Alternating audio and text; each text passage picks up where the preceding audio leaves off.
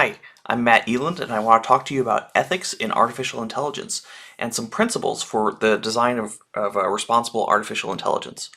So, when you think about ethics in AI, you might not think that ethics is that big of a deal. After all, many people are very trustworthy individuals. You know yourself fairly well. You know you don't have any ill intent in mind, so you should be good to design an AI solution, right? Well, wrong. Ethics in AI is actually something that's very hard to get right.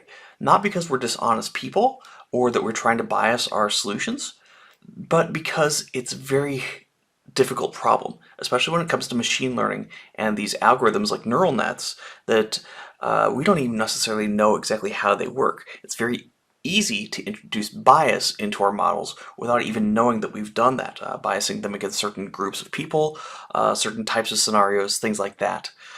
So I want to introduce you to a set of 6 principles that Microsoft introduced. They call these the 6 principles for responsible artificial intelligence. Really cool thing. I learned these as well studying for a certification. And I want to kind of overview each one of these for you. Now the link for these principles is going to be in the description of this video, but I'll walk you through each one here as well. So the 6 principles that we have in artificial intelligence are fairness, reliability and safety, privacy and security, inclusiveness, transparency, and accountability. And these are really important for us as we design, develop, test, and operate our AI solutions.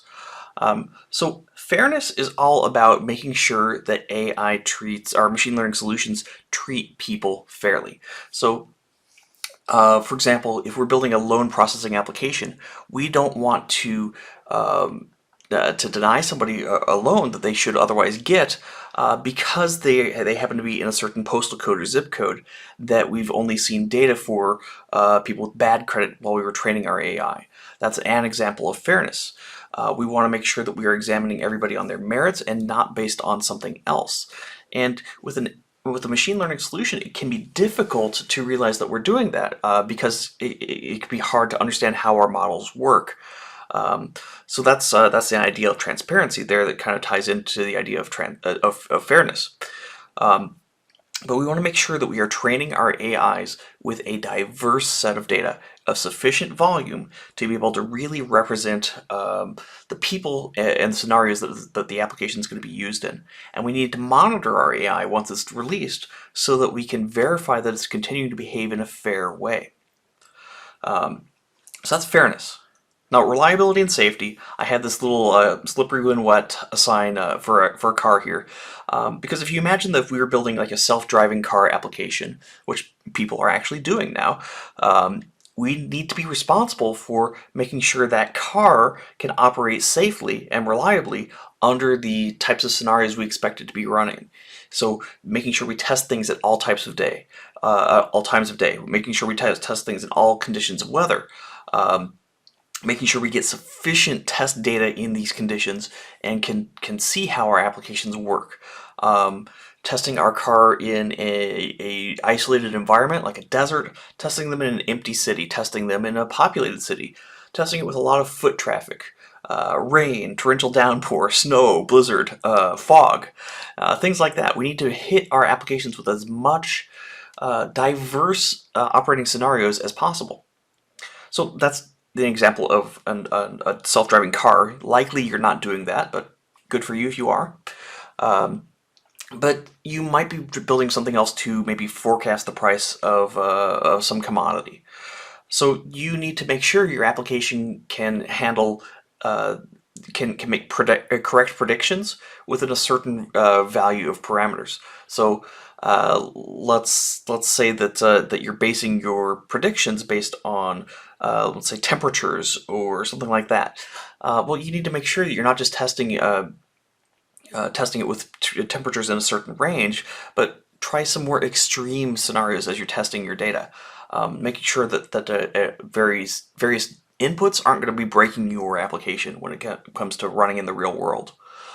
Similarly, you need to make sure that you can handle a high volume of usage, all handling at once, because sometimes applications work fine in testing, and then they need to suddenly scale up and they can't handle it. It's all part of reliability and safety. So privacy and security, that's all about making sure that we handle the user's data as responsibly as we can and in a secure fashion. Now, we need to worry about personally identifiable information, or PII. And when we see that, we need to make sure that our system, that we don't put it into our system if we don't absolutely need it. Ideally, if the user is using the application from their phone, they are going in and they are entering in the data on their phone, and you have a locally trained model that can actually make calculations and predictions on their phone without having to send the data over the internet to another server. That's actually possible now with some libraries that we have with JavaScript and just native code.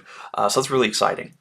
Sometimes you do have to send that data across, and so you try to remove the personally identifiable information if you can, but if you can't, make sure you store it and dispose of it in a reliable and secure manner. You're really responsible for the privacy and security of your users' data, and it's a very hefty thing to take account into. So next we have inclusiveness. This is making sure that everybody can use your system. So we're talking about people who might be colorblind, people who might have visual difficulties. Maybe they might not be able to hear or hear accurately. You're talking about people with physical disabilities as well. This one actually hits pretty close to home for me because for a while I was paralyzed to some degree. And that included some facial paralysis as well. So I actually couldn't smile. And so if I had an application that required me to smile for a profile picture as it was taking it, or as I was logging in, well, I couldn't do that. And you might think that's a little bit of a far-fetched scenario, but we actually do have APIs like Microsoft Azure's Cognitive Services has a face API that can actually detect if the user's smiling or not. So that stuff is not as far-fetched as it sounds. But if somebody had required that little touch there of making sure your profile pictures are smiling, well, you're now reducing the odds of people being able to use your system. That's just one example. But the mentality here that Microsoft is advocating for is design your systems so everybody can use it. And so if you have the people who have the hardest time of system have the hardest amount of time using your system, and you design your system around them, then everybody else is going to be able to use the system as well. So that's awesome. Transparency is a really big deal. Transparency is a two-factor thing. So one, we need to be honest about the limitations of our AI. We need to say, hey, yeah, it's possible that we might, let's say we have a medical test. It's possible it might come back positive and you really don't have the condition you're screening for. Or it's possible it comes back negative and you actually do have that. So we need to be honest about the possibility of mistakes and inaccuracy in any AI solution we deliver, because there's always some possibility of that. So that's transparency, is honesty to our users. But there's another factor of it too. We need to be able to explain why we came up with the answers we did with a machine learning solution. So going back to our loan processing application, it came up with, it denied somebody's loan. Okay, why?